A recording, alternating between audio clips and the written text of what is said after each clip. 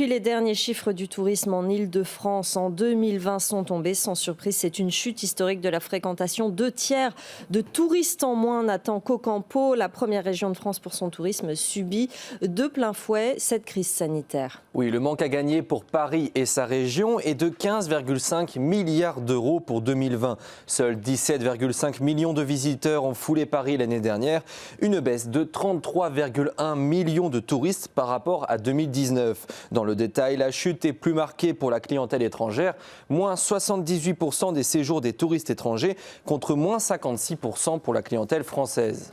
Vous le disiez, effectivement, c'est les touristes étrangers qui ont fait défaut le plus.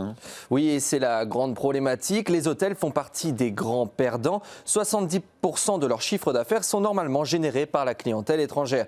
Les hôtels, mais aussi les musées et les monuments. 140 jours de fermeture exceptionnelle en 2020. Le musée du Louvre a perdu 72% de sa fréquentation. Des établissements, Nathan, qui attendent aussi impatiemment la reprise du tourisme d'affaires. Les quelques mois de répit entre juillet et octobre, entre les deux premières vagues, n'ont pas permis de redresser la pente. Pour rebondir, le tourisme francilien espère le retour prochain des salons et événements professionnels, des expérimentations, des tests grandeur nature dans le monde de l'événementiel, dans les congrès, les foires, sont à l'étude comme ceux organisés pour les concerts et festivals. Le tourisme d'affaires représente la moitié des nuitées hôtelières par an.